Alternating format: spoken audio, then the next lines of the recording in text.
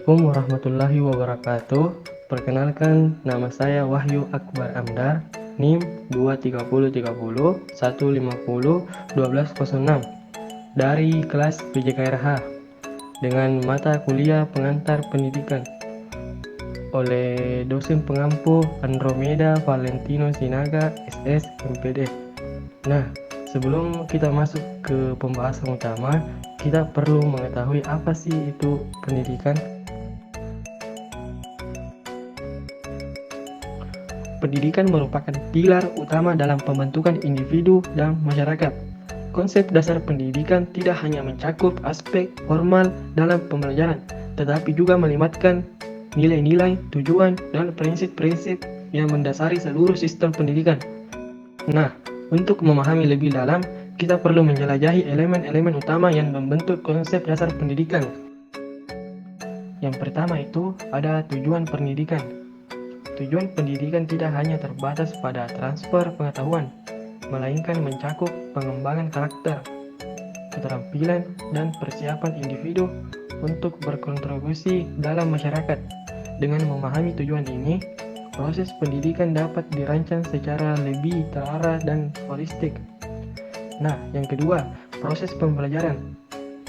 Pembelajaran bukan hanya tentang menyampaikan informasi, tetapi juga membangun pemahaman yang mendalam melalui interaksi aktif antara guru dan siswa. Dalam konteks ini, strategi pembelajaran menjadi kunci dalam menciptakan lingkungan belajar yang efektif. Ketiga, kurikulum. Pengembangan kurikulum harus mencerminkan kebutuhan masa kini dan masa depan. Perpaduan antara aspek akademis, keterampilan praktis, dan nilai-nilai moral menjadi esensi dalam menciptakan pendidikan yang relevan dan berdaya saing. Yang keempat, pendidikan eksklusif. Prinsip eksklusivitas menekankan pentingnya menyediakan pendidikan yang dapat diakses oleh semua individu tanpa memandang latar belakang atau kebutuhan khusus.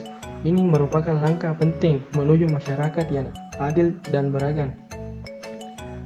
Yang kelima, evaluasi pengukuran. Sistem evaluasi harus mencerminkan keberagaman, kemampuan, dan potensi siswa.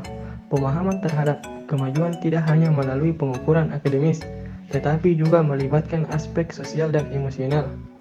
Yang keenam, peran guru dan siswa. Peran guru bukan hanya sebagai sumber informasi, melainkan sebagai pendukung dan pengunggah minat belajar siswa. Siswa, di sisi lain, harus aktif dan memiliki peran dalam proses pembelajaran. Yang ketujuh, ada pendidikan seumur hidup. Pengakuan terhadap konsep pendidikan seumur hidup menunjukkan bahwa pembelajaran tidak berakhir setelah menyelesaikan tahap formal. Pendidikan harus bersifat dinamis dan responsif terhadap perkembangan pengetahuan dan kebutuhan individu sepanjang hidupnya. Yang kedelapan, atau yang terakhir, pendidikan berbasis teknologi.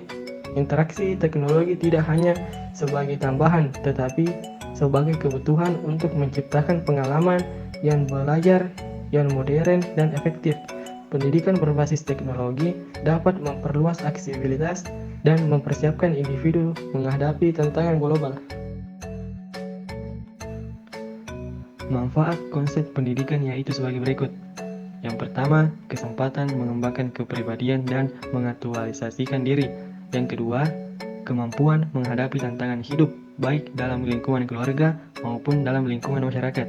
Yang ketiga, kemampuan membina keluarga sejahtera untuk memajukan kesejahteraan umum. Dan yang terakhir, kemampuan wawasan yang luas tentang hak dan kewajiban sebagai warga masyarakat. Konsep pendidikan. Konsep dasar pendidikan adalah fondasi yang menopang pembangunan individu dan masyarakat dengan mengakui tujuan yang luas. Prinsip eksklusivitas dapat penggunaan teknologi. Kita dapat menciptakan sistem pendidikan yang mampu menghadapi tantangan zaman, menciptakan generasi yang terampil, berdaya saing, dan memiliki nilai moral yang kuat.